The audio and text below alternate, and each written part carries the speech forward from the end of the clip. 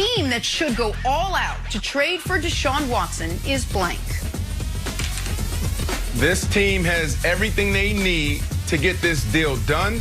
They also have everything they need to have a successful year next year. They got 2 first-rounders, 1 second-rounder, 2 third-rounders, and they have a ton of cap space. This team is the New York Jets. This team right here can get the deal done. And Deshaun, you also got to think about your brand. You know, they keep talking about you being the next Michael Jordan. They keep talking about you being a superstar, potentially being a top 3, top 4 quarterback now. What better market, what other market can you go into to get that done? This is New York, baby. The #1 media market in the world. Let's go, Deshaun. There's no other team out there ready for you besides the Jets. Let's go. Listen, I'd love to have Deshaun in New York as well. And if he came here, Brandon, he'd be right there with you and me at Nets games. You already said you bought the courtside tickets. I'm sure you can afford a 3rd one. It'd be great. But Deshaun ain't winning the Super Bowl with the Jets next year. He could, and I think would be the overwhelming favorite to win a Super Bowl with the Niners. Deshaun Watson with Kyle Shanahan, with Kittle back, with Bosa back, even though they just lost their D coordinator. That is the perfect fit. The Niners could trade Garoppolo and get some of the draft compensation back that they would need to then go trade for Deshaun.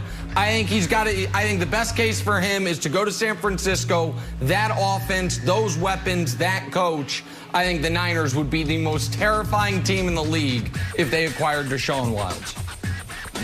I like that take, and if you want to trade Garoppolo to New England for something and put that in a deal, that makes sense. But Nick Caserio needs to have earmuffs here. There is no package deal that you are going to get that is going to replace Deshaun Watson. And Nick Caserio, Brandon, who spent his entire career with the Patriots, most recent part of his career with the Patriots, has seen the success of a franchise with a franchise QB. And now the Patriots are sitting at home, and their franchise QB is 1 game away from the Super Bowl. So don't tell me, Deshaun's not returning texts.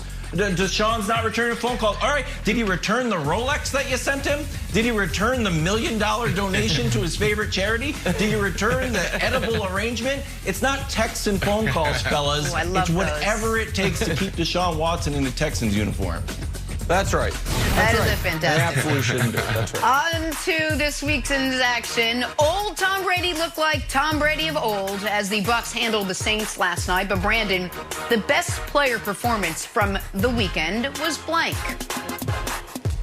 Easy answer here. Chad Henne, one of my ex-quarterbacks, one of my 17 quarterbacks. For him to come in and play the way he played was impressive because they had everything on the line here. This is a team that can easily go back and repeat and win the Super Bowl. So for him to come in this play right here, 3rd and 14, game's on the line, and he get it done with his feet, get him within 4th and inches, and then they call old school West Coast sprint right option. Nobody would call this play besides Andy Reid, and he executed to the T. You got to go with Chad Henne because now they advance. They give their quarterback, Patrick Mahomes, a week to heal up, get right, and now they can go compete against the Buffalo Bills. Chad Henne.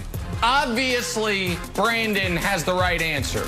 But because he went 4-0 this weekend, he gets to go first on all these, so I am relegated to the second-best answer. So I'll go with the second-best quarterback performance of the weekend, which was Aaron Rodgers.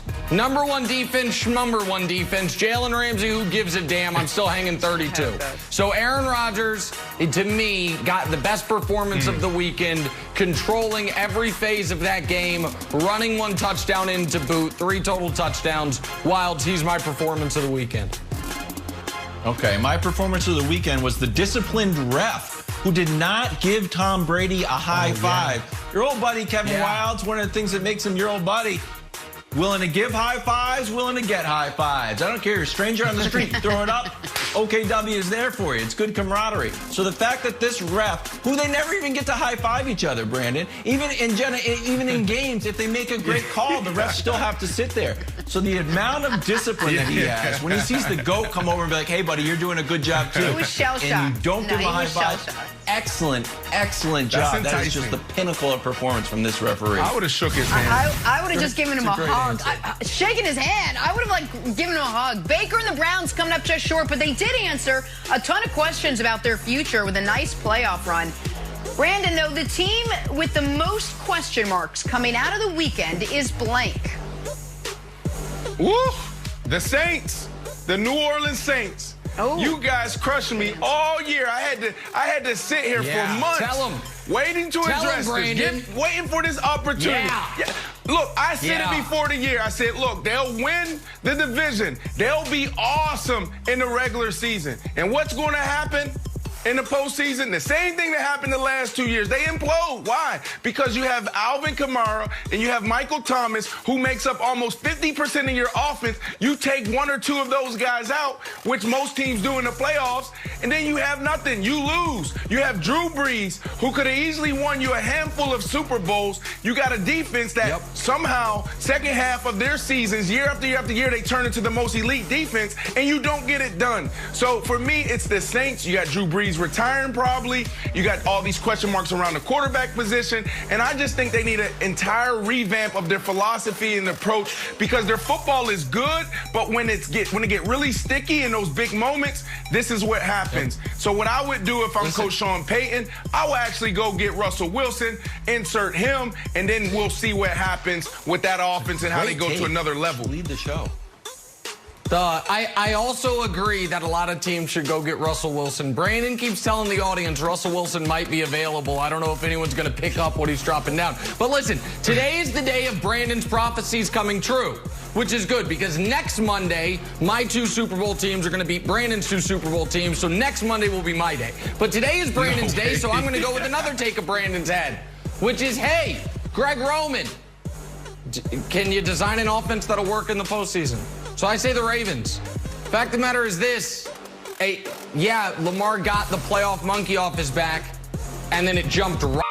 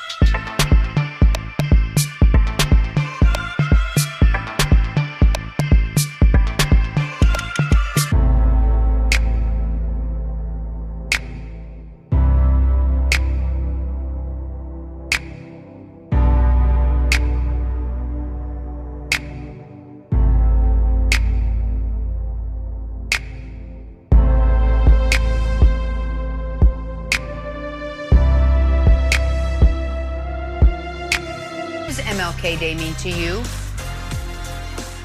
Everything. I'm sitting here occupying this seat, right, as a broadcaster. And I also played 13 years in the National Football League. I think if Martin Luther King was here today, he would be proud of where we're at. We had a black president, Barack Obama. He had 2 terms, 8 years in office. That's amazing when you think about his dream that he had, his vision that he had. We have black and brown people occupying amazing spaces, not only in this country, but in this world. Black billionaires. But I also think he would still be marching. I think that he would be here today still fighting for equality. He still would be fighting the injustices in our world. And he would also be fighting for just fundamental human rights. 2020 has shown us that we are not where we need to be. And I think MLK will be on both ends of the spectrum. He will be proud because of the advances we made, but he also will be marching to continue this movement of making sure that everybody have the rights that they should have and just fundamental human rights.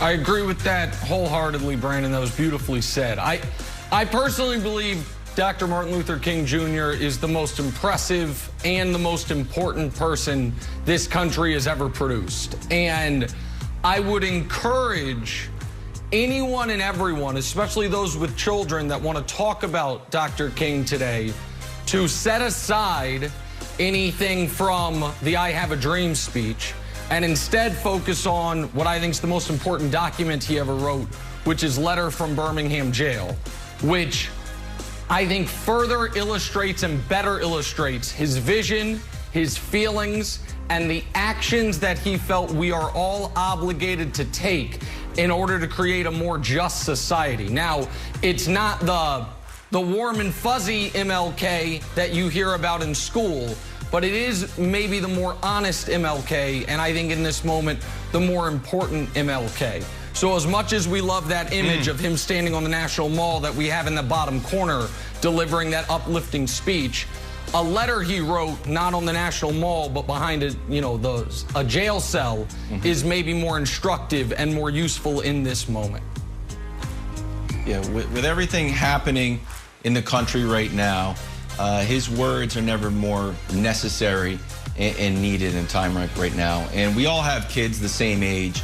And one of the more curious parts of learning about MLK when you have young children is first you have to learn that the world is unfair. You have to teach them that the world is unfair. So the first thing you start like, there are unfair laws, and they're immediately confused by that. So Jenna, I look forward to spending the day continuing these lessons with my family and my kids and getting back to the true essence and spirit of the way this country is supposed to be.